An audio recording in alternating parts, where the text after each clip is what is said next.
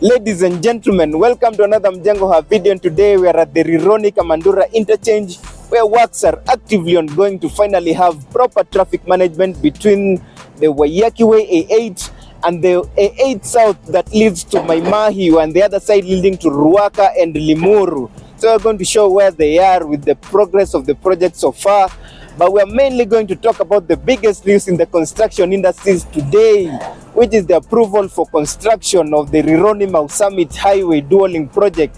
It is a very serious project and it's going to be done under PPP, and they just announced the toll charges, so we're going to go deep into what that means for motorists and the general public.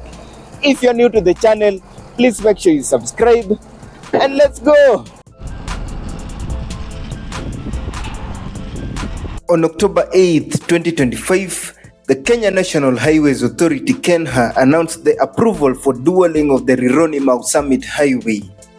A consortium, including the China Road and Bridge Corporation (CRBC), the National Social Security Fund (NSSF), was awarded the contract to develop this vital corridor in 2 years.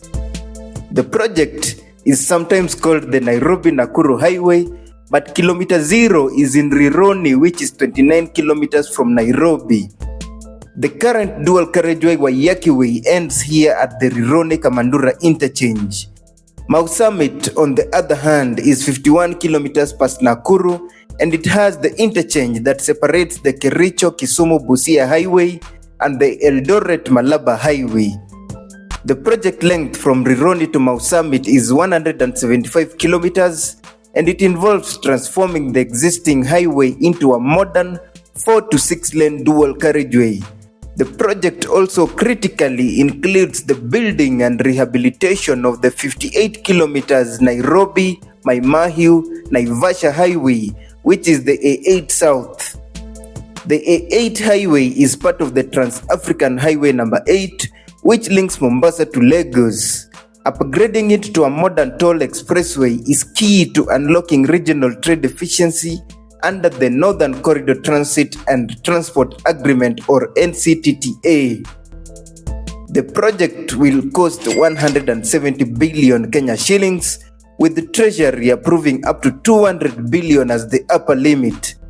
The amount will fund a complex design, build, finance, operate, maintain and transfer, or DBFOMT, public-private partnership, or PPP, justified by land acquisition costs and the extreme costs of building new infrastructure over the challenging landscape, including a 4.5 kilometer viaduct through Nakuru to solve the perennial gridlock, as well as need for numerous grade-separated interchanges, bridges, service lanes, pedestrian footbridges, and wildlife crossings.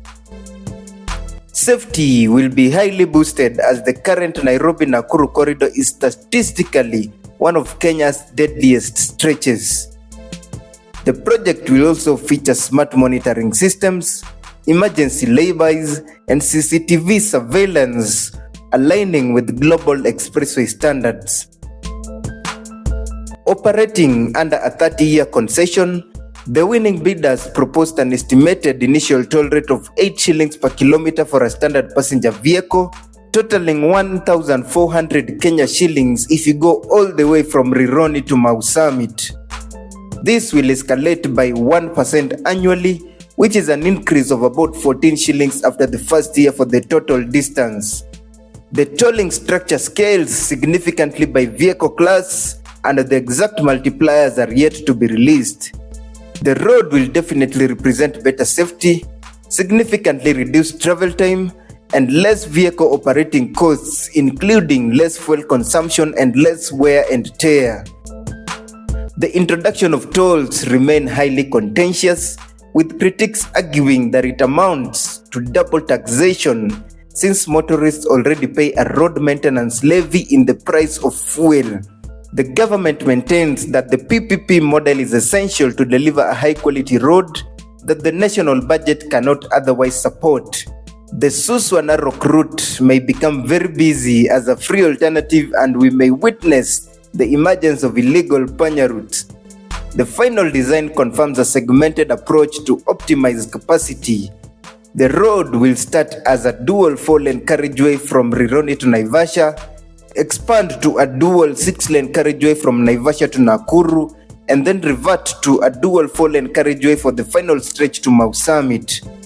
The success of tolling relies on efficient collection methods, which will likely favor electronic toll collection or ETC over manual MTC or cash payments. The number of toll stations will likely be kept to a minimum, majorly as a relief for locals. For context, the North-South Corridor NSC that connects Zambia to South Africa only has 6 toll stations. This will be Kenya's second large-scale toll road after the Nairobi Expressway, making it a test case for toll road expansion countrywide. Nairobi-Mombasa Expressway or Usahii Expressway likely to follow suit. Extension of the Rironi-Mau Summit dual carriageway to Malaba via Eldoret and to Busia via Kisumu is highly likely to be considered within the next decade. With construction set to commence before January next year, the country begins a new journey that will have its ups and downs, but it cannot be denied that the project is long overdue, and the dualing is only the first step, as more lanes will be required within a few decades if alternative transport means such as high-speed rail networks are not realized. The advantages definitely outweigh the costs, and it is everyone's hope that the perennial gridlocks on the highway will end. We will be providing regular updates on the project, including the completion of the Rironi-Kamandura and Gitaru interchanges. So make sure you subscribe and turn on the notification bell so you don't miss any of them. Stay safe on the roads and have yourself a wonderful day. Adios.